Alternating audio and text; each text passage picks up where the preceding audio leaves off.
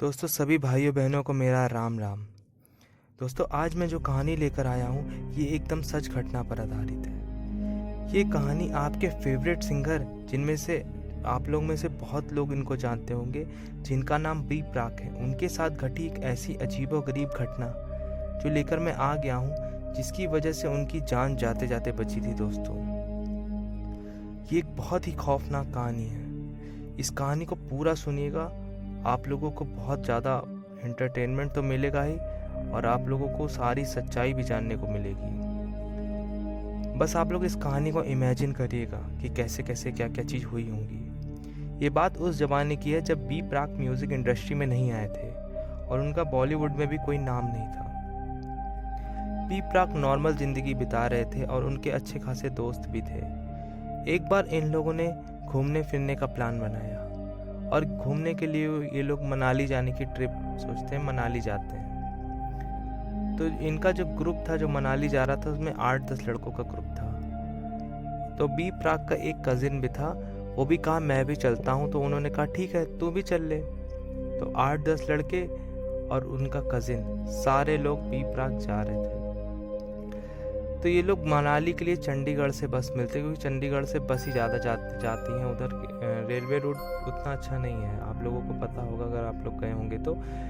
चंडीगढ़ से मनाली के लिए बहुत सी बस मिलती है। तो इन लोग की जर्नी निकली, शुरुआत हुई और ये लोग मज़े करते हुए गाड़ी पे खूब मज़े किए, खाए पिए, फन किए और वहाँ पहुँचे। रात हो गई पहुँचने में। फिर उन लोगों ने एक होटल किया, होटल पहले से ही बुक कर लिया था इन्होंने।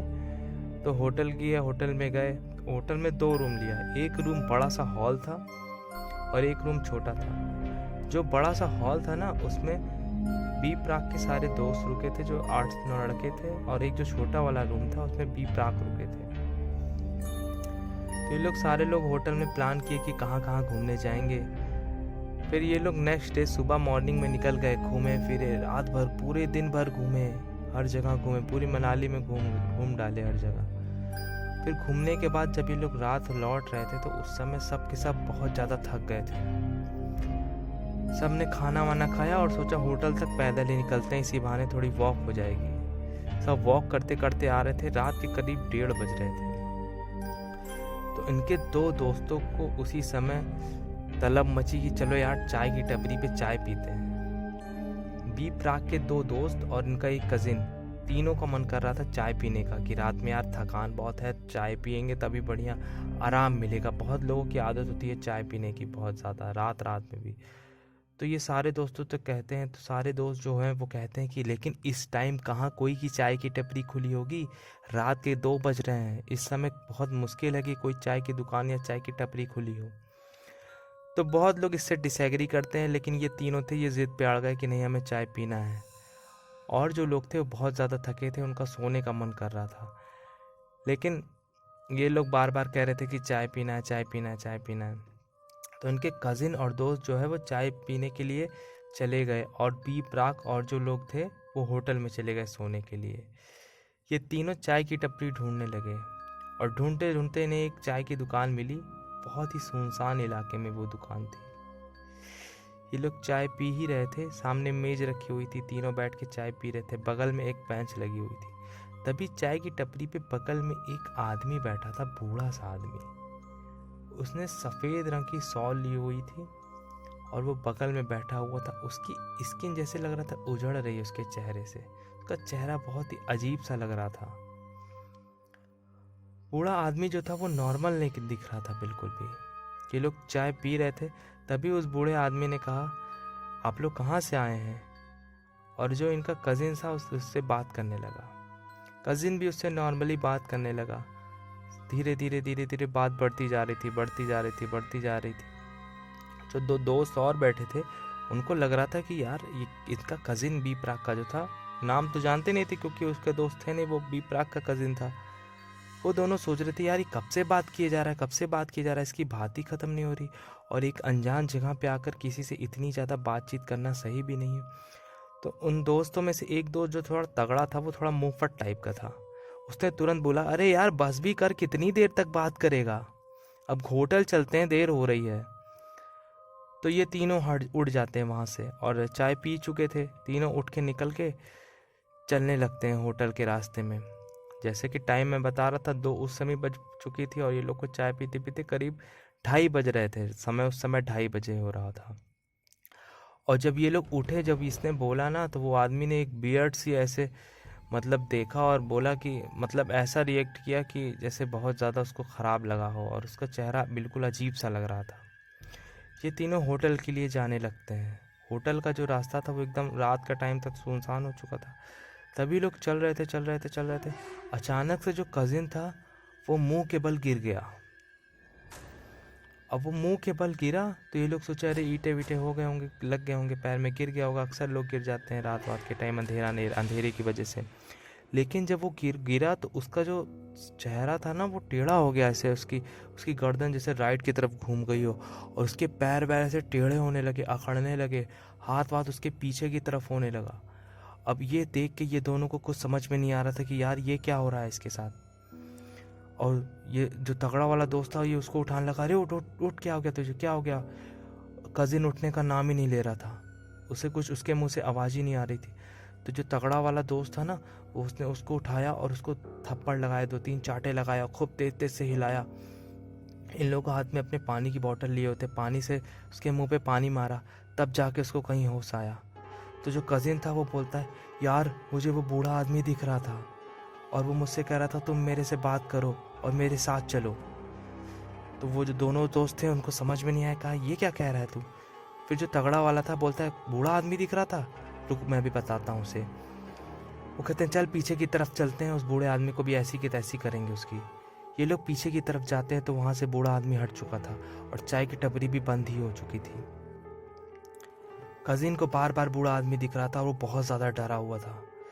ये लोग फिर कहते हैं चल कुछ नहीं हुआ, तेरा वहम है, ऐसे ही रात के टाइम हो रहा है ना, तू सोया नहीं है, थका है, इसलिए तेरे साथ ऐसा तुझे ऐसा फील हो रहा है। ये लोग होटल की तरफ पहुंच जाते हैं, और होटल पहुंच जाते हैं।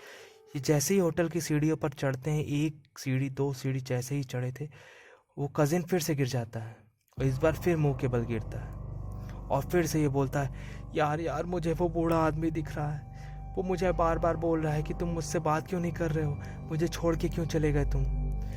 इन दोनों लड़कों को कुछ समझ में नहीं आता है। ये सोचते हैं ये इसके कज़िन के पास ही, मतलब जो इनके बी प्राक जो इसका कज़िन था, वो लड़के बोलते हैं इसको बी प्राक के पास ही लेकर चलते हैं। वो तीनों बी प्राक के रूम में आते हैं। बी प्राक सोए हुए थे, लेकिन ये लोग जब दरवाज़ा नॉक किए तो वो ऐसे नींद में आँख खोलता है ना इंसान, वैसे उठ के दरवाज़ा खोलते हैं। और जैसे ही दरवाज़ा खोलते हैं, बी प्राक को कुछ अजीब सी महक आती है, मतलब बिल्कुल बेकार सी महक, जैसे बहुत बेकार वाइब हो, जैसे वहाँ बहुत निगेटिविटी वाली ऐसी वाइब वहाँ पर आती है। लेकिन उनको कुछ समझ में नहीं आता। वो लड़के बताते हैं कि यार इसकी हालत ख़राब हो गई है, अचानक से ये मुंह के बल गिर रहा है और बार बार बोल रहा है ऐसी ऐसी बातें, उल्टी सीधी बातें। बी प्राक कहते हैं यार ऐसा कुछ नहीं, जा भगवान का नाम ले और कुछ नहीं होगा, जाके सो जा। बी प्राक अपने रूम में सो जाते हैं, और वो तीनों जाके उसी बड़े वाले हॉल में जाकर सो जाते हैं। सब लोग सो ही रहते, उन तीनों को नींद नहीं आ रही थी, और लगभग लोग जो पहले से सो रहे थे।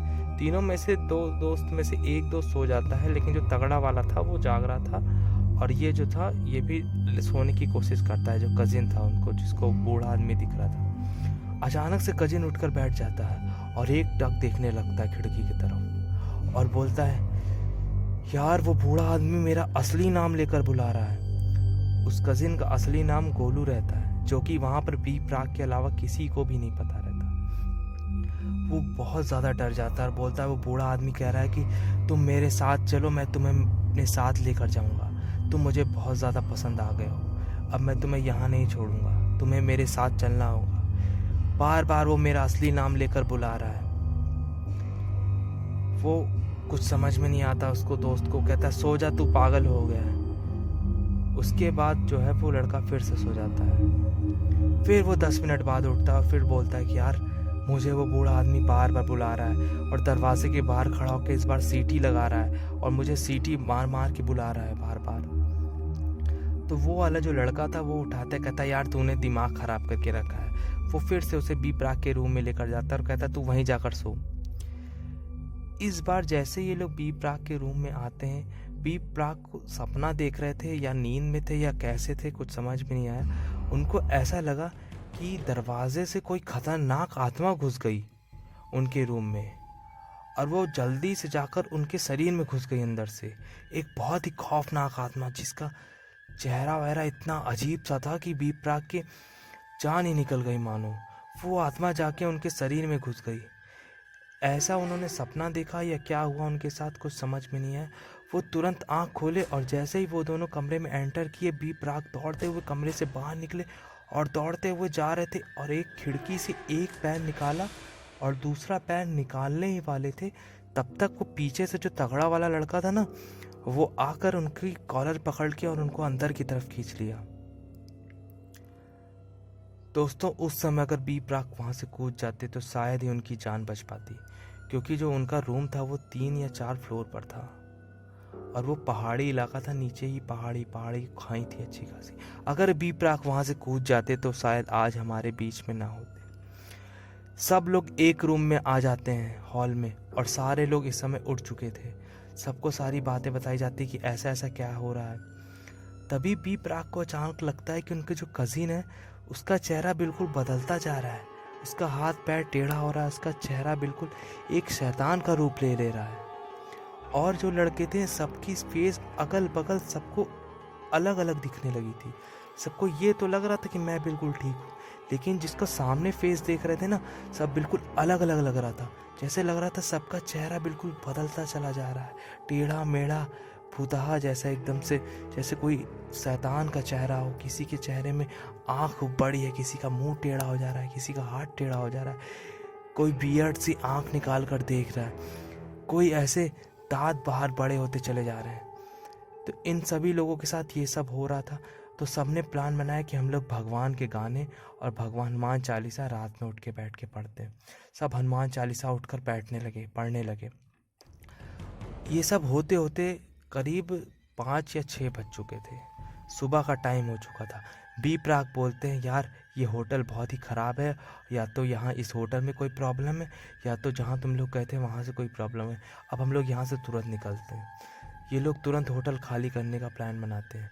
नीचे जाते हैं मैनेजमेंट में, और बी प्राक जो मैनेजमेंट में 2 लड़के वहाँ रिसेप्शन में बैठे थे, उनसे जाकर बोलते हैं, रात भर हम लोग इतना दौड़ रहे थे, भाग रहे थे, इतना परेशान थे, चिल्ला रहे थे, आप लोग एक बार ऊपर नहीं आए? वो लड़के बोलते हैं, सर हम लोग तो रात भर जाग रहे थे, हम लोग रात भर फ्लोर पे भी गए थे देखने के लिए कि कहीं कोई कस्टमर को कहीं कोई प्रॉब्लम तो नहीं हो रही है, टूरिस्टों को, लेकिन ऐसी कोई बात नहीं थी, आप लोग तो सो रहे थे। बी प्राक को और कजिन को और वो जो तगड़े वाले लड़के थे, तीनों को कुछ समझ में नहीं आता। ये लोग तुरंत ही यहाँ से सोचते हैं कि यहाँ से खाली कर दिया जाए। ये लोग तुरंत वहाँ से निकलते हैं और चंडीगढ़ के लिए बस पकड़ते हैं। घूम फिर तो ये लोग पहले ही चुके थे, और ऐसा सब होने के बाद किसी की भी हिम्मत नहीं होगी घूमने फिरने की। ये लोग तुरंत वहाँ से निकल जाते हैं और अपने चंडीगढ़ आकर अपने घर पहुँचते हैं। सब अपने अपने घर चले जाते हैं, नॉर्मल हो जाता है। बी प्राक को उस दिन से इतना डर लगने लगा था कि वो अपने रूम में अकेले भी नहीं सो पा रहे थे। वो अपनी मम्मी या अपने पापा के साथ सो रहे थे। भी उसकी मम्मी उनकी ये हालत देखकर बोलती है, बेटा तुझे कैसा क्या क्या हो गया है, तू जब से वहाँ से आया तेरी हालत कुछ अजीब सी हो गई है। बी प्राक सारी बात बताते हैं, वहाँ की जितनी घटना घटी थी।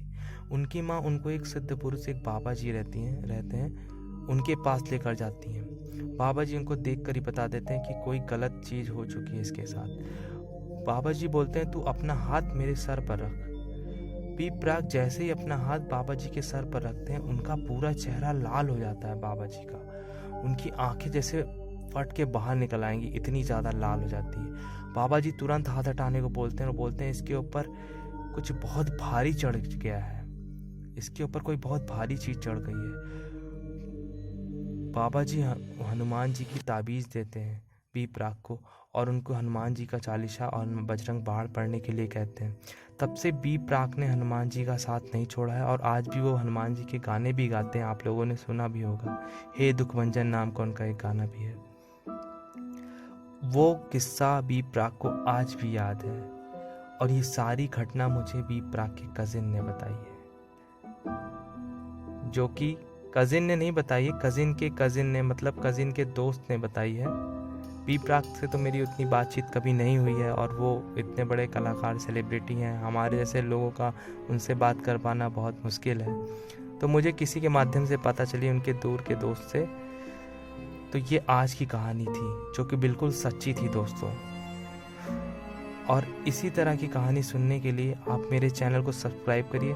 दोस्तों, आप लोग कमेंट नहीं करते कि आप लोगों को मेरी कहानी अच्छी लग रही है या नहीं। अगर कोई कमी है तो वो भी बताइए कि कहानी बेकार लग रही है, ये चीज़ चेंज किया जाए, तो मैं उस पर पूरी कोशिश करूँगा।